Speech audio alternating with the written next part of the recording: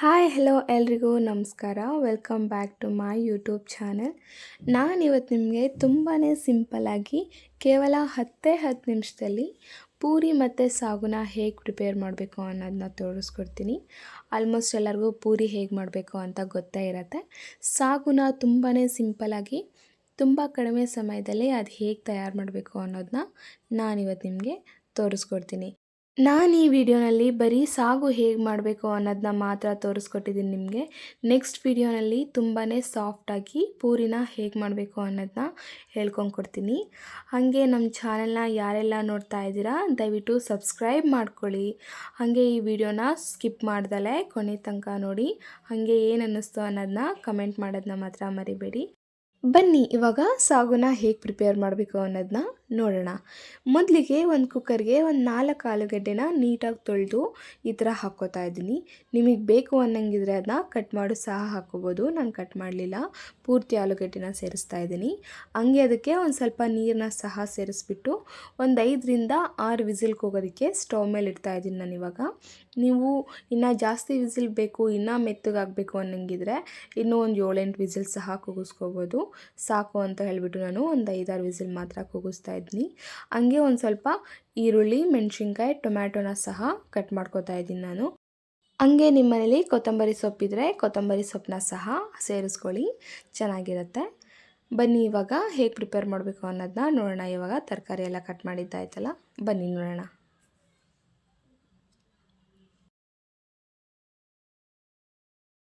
Whistle ಇವಾಗ ಕೂಗಿದ್ದಾಯಿತು.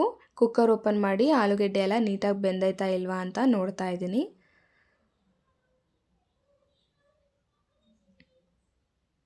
ಇವಾಗೆಲ್ಲ ಇದನ್ನು ಒಂದು ಪ್ಲೇಟಿಗೆ ಸೈಡಿಗೆ ತೆಗೆದಿಟ್ಕೊಂಡ್ಬಿಟ್ಟು ಈ ಥರ ಪೀಸಾಗಿ ಕಟ್ ಮಾಡ್ತಾ ಇದ್ದೀನಿ.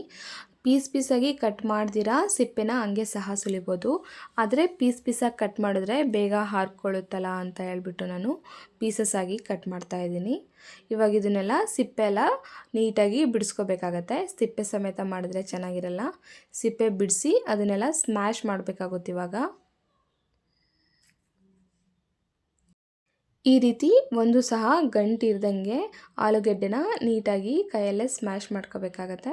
ಕೈಯಲ್ಲಾಗಲ್ಲ ಅಂತಂದರೆ ಸ್ಮ್ಯಾಶ್ ಇರೋದಲ್ಲ ಅದರಲ್ಲೂ ಸಹ ಅದನ್ನು ಸ್ಮ್ಯಾಶ್ ಮಾಡ್ಕೋಬೋದು. ಹಂಗೆ ಇವಾಗ ಸ್ಟವ್ ಮೇಲೆ ಒಂದು ಕಡಾಯಿನ ಇಡ್ತಾಯಿದ್ದೀನಿ. ಅದಕ್ಕೆ ಒಂದು ಸ್ವಲ್ಪ ಅಡುಗೆ ಎಣ್ಣೆನ ಸೇರಿಸ್ಕೊತಾ ಇದ್ದೀನಿ. ಹಂಗೆ ಅದಕ್ಕೆ ಒಂದು ಅರ್ಧ ಸ್ಪೂನಷ್ಟು ಸಾಸಿವೆ ಮತ್ತು ಒಂದು ಅರ್ಧ ಸ್ಪೂನಷ್ಟು ಜೀರಿಗೆನ ಸಹ ಸೇರಿಸ್ಕೊತಾ ಇದ್ದೀನಿ ನಾನಿವಾಗ. ಸಾಸಿವೆ ಮತ್ತು ಜೀರಿಗೆ ಚಟಪಟ ಅಂದಿದ್ದಾದಮೇಲೆ ಇದ್ದರೆ ಅದಕ್ಕೊಂಚೂರು ಉದ್ದಿನಬೇಳೆನ ಸಹ ಸೇರಿಸ್ಕೊಳ್ಳಿ. ಉದ್ದಿನಬೇಳೆ ಹಾಕಿದ್ರೇ ಟೇಸ್ಟ್ ಚೆನ್ನಾಗಿರುತ್ತದು. ಹಂಗೆ ಅದಕ್ಕೆ ಇವಾಗ ಕಟ್ ಮಾಡಿಟ್ಕೊಂಡಿರುವಂತಹ ಹಸಿಮೆಣಸಿನ್ಕಾಯಿನ ಸೇರಿಸ್ಕೊತಾ ಇದ್ದೀನಿ. ಹಂಗೆ ಈರುಳ್ಳಿನ ಸಹ ಸೇರಿಸ್ಕೊತಾ ಇದ್ದೀನಿ. ಇವಾಗ ಈರುಳ್ಳಿ ಮತ್ತು ಮೆಣಸಿನ್ಕಾಯಿ ಕಲರ್ ಚೇಂಜ್ ಆಗಿ ಒಂದು ಸ್ವಲ್ಪ ಮೆತ್ತಗಾಗೋ ತನಕ ನೀಟಾಗಿ ಫ್ರೈ ಮಾಡಬೇಕಾಗುತ್ತೆ. ಇದನ್ನ ಈರುಳ್ಳಿ ಮೆಣಸಿನ್ಕಾಯಿ ಒಂದು 2 ನಿಮಿಷ ಅದು ಫ್ರೈ ಆದರೆ ಸಾಕು. ಜಾಸ್ತಿ ಹೊತ್ತೇನು ಅದನ್ನು ಬೇಯಿಸಬೇಕು ಅನ್ನೋ ಅವಶ್ಯಕತೆ ಇಲ್ಲ. ಹಂಗೆ ಇದಕ್ಕೆ ರುಚಿಗೆ ತಕ್ಕಷ್ಟು ಒಂದು ಸ್ವಲ್ಪ ಉಪ್ಪು ಸೇರಿಸ್ತಾ ಇದ್ದೀನಿ. ಹಂಗೆ ಒಂದು ಸ್ವಲ್ಪ ಅರಿಶಿನ ಸಹ ಸೇರಿಸ್ಕೊತಾ ಇದ್ದೀನಿ. ಇದು ಹಸಿ ವಾಸನೆ ಹೋಗೋ ತನಕ ಒಂಚೂರು ಇವಾಗ ಫ್ರೈ ಮಾಡಿಕೊಂಡು ಆವಾಗಲೇ ಕಟ್ ಮಾಡಿ ಇಟ್ಕೊಂಡಿದ್ದಂತಹ ಟೊಮ್ಯಾಟೊನ ಸಹ ಸೇರಿಸ್ತಾ ಇದ್ದೀನಿ ನಾನಿವಾಗ. ಟೊಮ್ಯಾಟೊನೂ 1-2 ನಿಮಿಷ ಸ್ವಲ್ಪ ಮೆತ್ತಗಾಗಬೇಕು. ಅದಾದ ನಂತರ ಇವಾಗ ಅಚ್ಕಾರದ ಪುಡಿನ ಒಂದು ಸ್ವಲ್ಪ ಸೇರಿಸ್ಕೊತಾ ಇದ್ದೀನಿ. ಅಚ್ಕಾರದ ಪುಡಿ ಟೇಸ್ಟಿಗೆ ಆವಾಗಲೇ ಮೆಣಸಿನ್ಕಾಯಿ ಸಹ ಹಾಕಿದ್ದೀವಿ ನಾವು. ಖಾರ ಜಾಸ್ತಿ ಆಗುತ್ತೆ ಅನ್ನೋರು ಅಚ್ಕಾರದ ಪುಡಿ ಸೇರಿಸೋ ಅವಶ್ಯಕತೆ ಏನಿರಲ್ಲ. ಅದಾದಮೇಲೆ ಒಂದು ಸ್ಪೂನಷ್ಟು ಧನಿಯಾ ಪೌಡರ್ನ ಸೇರಿಸ್ಕೊಂಡು ಆ ಮಸಾಲೆ ಎಲ್ಲ ಹಸಿ ವಾಸನೆ ಹೋಗೋ ತನಕ ನೀಟಾಗಿ ಫ್ರೈ ಮಾಡಿಕೊಂಡು ತದನಂತರ ಇವಾಗ ಒಂದು ಬೌಲ್ ತೊಗೊಂಡು ಅದಕ್ಕೆ 1-2 ಸ್ಪೂನಷ್ಟು ಕಡಲೆ ಹಸಿಟ್ಟನ್ನ ಸೇರಿಸ್ಕೊತಾ ಇದ್ದೀನಿ. ಹಂಗೆ ಒಂದು ಸ್ವಲ್ಪ ನೀರನ್ನ ಸಹ ಸೇರಿಸ್ಕೊತಾ ಇದ್ದೀನಿ. ಅದಕ್ಕೆ ಜಾಸ್ತಿ ಗಟ್ಟಿ ಕಲಿಸ್ಬೇಡಿ, ಸ್ವಲ್ಪ ನೀರಿದ್ರೇ ಚೆನ್ನಾಗಿರುತ್ತೆ ಸಾಗು. ಗಟ್ಟಿ ಆದರೆ ತುಂಬ ಗಟ್ಟಿ ಆಗಿಬಿಡುತ್ತೆ ಸಾಗು, ತಿನ್ನೋದಕ್ಕೂ ಅಷ್ಟೊಂದು ಚೆನ್ನಾಗಿದೆ ಅಂತ ಅನಿಸೋದಿಲ್ಲ ನಮಗೆ. ಇದನ್ನಿವಾಗ ಒಂದು ಸಹ ಗಂಟಿರ್ದಂಗೆ ನೀಟಾಗಿ ತೆಳುವಾಗಿ ಮಿಕ್ಸ್ ಮಾಡ್ಕೋಬೇಕಾಗತ್ತೆ. ನೀರೊಂದು ಸ್ವಲ್ಪ ಜಾಸ್ತಿನೇ ಹಾಕಿ ಪರವಾಗಿಲ್ಲ, ಏನೂ ಆಗೋದಿಲ್ಲ. ಅದು ತೆಳುವಾಗಿದ್ರೇ ಚೆನ್ನಾಗಿರುತ್ತೆ.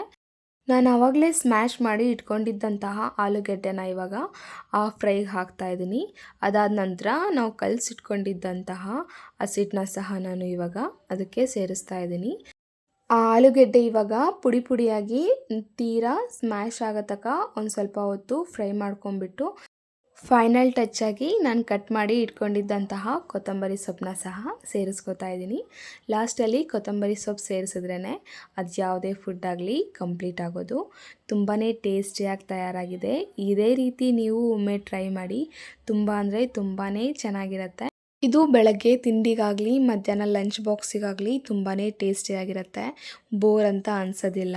ಇದೇ ರೀತಿ ನೀವು ಒಂದ್ಸಲ ಟ್ರೈ ಮಾಡಿ. ಹಾಗೆ ಏನನ್ನಿಸ್ತು, ಟೇಸ್ಟ್ ಹೇಗಿತ್ತು ಅನ್ನೋದನ್ನ ಕಮೆಂಟ್ ಮಾಡೋದನ್ನ ಮಾತ್ರ ಮರಿಬೇಡಿ.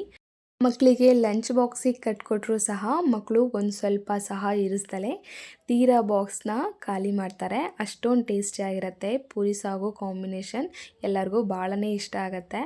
ಹಾಗೆ ನಮ್ಮ ಚಾನೆಲ್ನ ಯಾರೆಲ್ಲ ನೋಡ್ತಾ ಇದ್ದೀರಾ ದಯವಿಟ್ಟು ಸಬ್ಸ್ಕ್ರೈಬ್ ಮಾಡ್ಕೊಳ್ಳಿ. ಇದೇ ರೀತಿ ಸಪೋರ್ಟ್ ಮಾಡ್ತಾಯಿರಿ. ಧನ್ಯವಾದಗಳು.